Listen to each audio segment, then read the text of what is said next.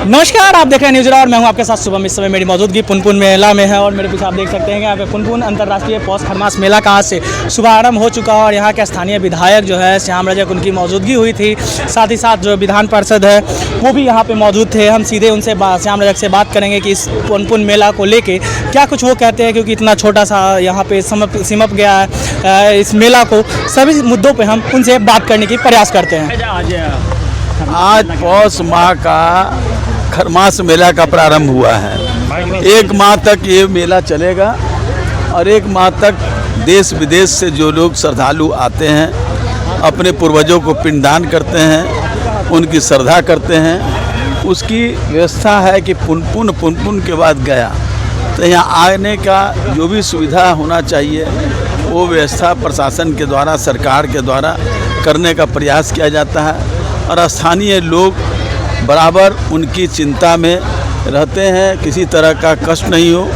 और ये जो खरमास मेला है, ये खरमास मेला बड़ा महत्वपूर्ण है। साल में 2 बार लगता है और इस साल भी पूस में जो लगता है। तो हमने बताया ही अपने वक्तव्य में कि खरमास में देखा जा रहा है कि ये पिछले बार के अपेक्षा हर बार इस बार व्यवस्था बहुत कम दिख रहा है। असल में जैसा हमने पूछा था SDO साहब से, तो उन्होंने कहा कि पौष खरमास मेला का चूँकि वो बहुत छोटे स्तर पर लोग आते हैं, इसीलिए छोटे स्तर पर क्या है। फिर भी मैंने कहा कि ऐसा नहीं होना चाहिए।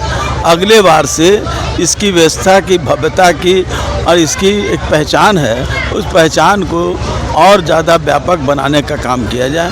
मुझे लगता है कि अगले बार से जो आपने सवाल उठा रहे हैं वो सवाल उठाने का मौका नहीं मिलेगा।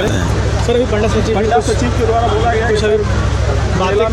वो सब बातें हमने कह दिया, वो सब बातें उसी में आ गए। अब इसको बहुत ही संक्षिप्त में कहा जाए तो ज़्यादा अच्छा है। विधायक थे और वर्तमान में विधायक हैं सर, इस पर अभी तो मतलब फुलवारी की जनता को क्या मतलब नया मिलने वाला? फुलवारी की जनता की जो अपेक्षाओं से मुझे सेवक के रूप में चुना है, मैं उस पर खरा उतरने की पूरा प्रयास करूँगा और कहीं भी इस पुनपुन और पूरे फुलवारी विधानसभा के चाहे किसी भी वर्ग के लोग हों, उनका सर झुकने नहीं दूंगा।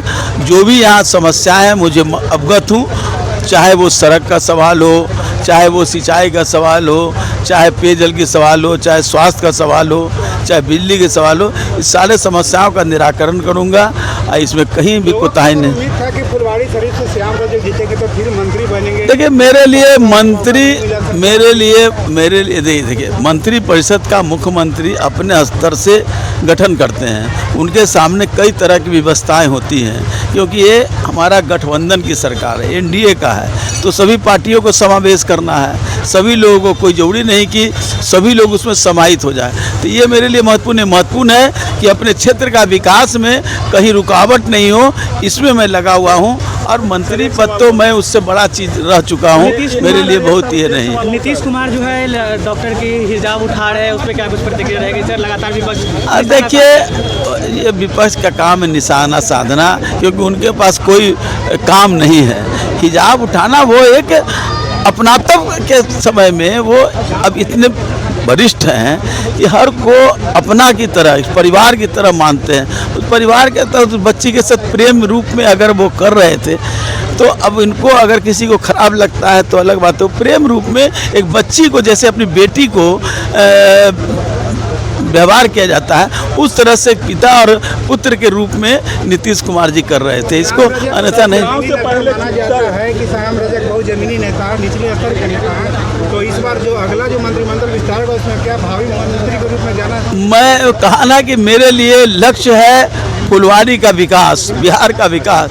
कई सवाल है यहाँ पर नौजवानों के लिए सिर्फ रोजगार ही नहीं, नौजवानों को सांस्कृतिक और उनको खेल के द्वारा कैसे उनको स्वस्थ बनाया जाए, ये भी काम है। हमारे लिए शिक्षा का महत्व है। यहाँ जो सबसे दबे कुचले हैं, दलितों में, महादलित में भी जो मुसर समाज है, सरकार कई योजनाएं देती है, सरकार की राशियाँ की कमी नहीं होती है, लेकिन उनका कैसे विकास हो, शैक्षणिक विकास कैसे हो, सांस्कृतिक विकास कैसे हो, सामाजिक विकास कैसे हो, ये काम मेरे लिए महत्वपूर्ण है और मेरा पहला काम जो होगा वही होगा।